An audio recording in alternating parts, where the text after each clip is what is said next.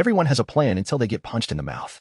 The famous Mike Tyson quote fits well when dissecting the Dallas Cowboys' 48-32 loss to the Green Bay Packers, though Stephon Gilmore, as it related to his shoulder, deserves some credit for staying in the ring.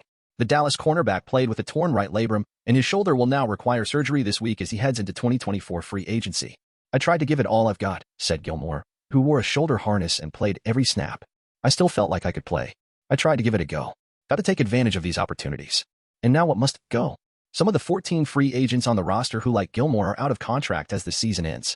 Gilmore said he for sure plans to play a 13th NFL season in 2024. The Cowboys were favorites at home and faced what most thought was inferior opposition. Everything was in Dallas' favor, until it wasn't. The Cowboys were hit with a 16-play, 67-yard opening touchdown drive that took the wind out of them as it was Jordan Love, and the Packers' offense landed an early haymaker. They were running the ball and then they got into short yardage and were able to pass the ball here and there, and we just couldn't get in a rhythm. And we didn't force any turnovers, said Gilmore in summation of the defense's work. The tone was set early, and the Cowboys couldn't recover. Dan Quinn's defense and Mike McCarthy's offense were thrown through a loop with what Matt LaFleur's team did to them. Dallas had a plan of attack going into the game, but when the Green Bay punched back, that plan was in ruins. To say that the Green Bay offense came out hot is an understatement. 3 of the Packers' first 4 drives ended in touchdowns as Love tore apart Quinn's defense. It all led to a resounding 27-7 lead at halftime. Love completed 13 of his 16 passes for 185 yards and a touchdown, while Aaron Jones rushed for 30 yards and 2 touchdowns on his 12 first-half carries. If some thought that a halftime team talk would help Quinn's defense get its act together, you were wrong.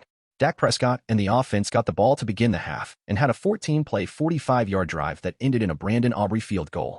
Dallas closed the gap.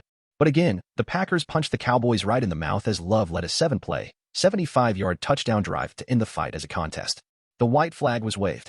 They were running the ball and then they got into short yardage and were able to pass the ball here and there, and we just couldn't get in a rhythm, and we didn't force any turnovers, Gilmore said. "I'm surprised. I didn't see this coming."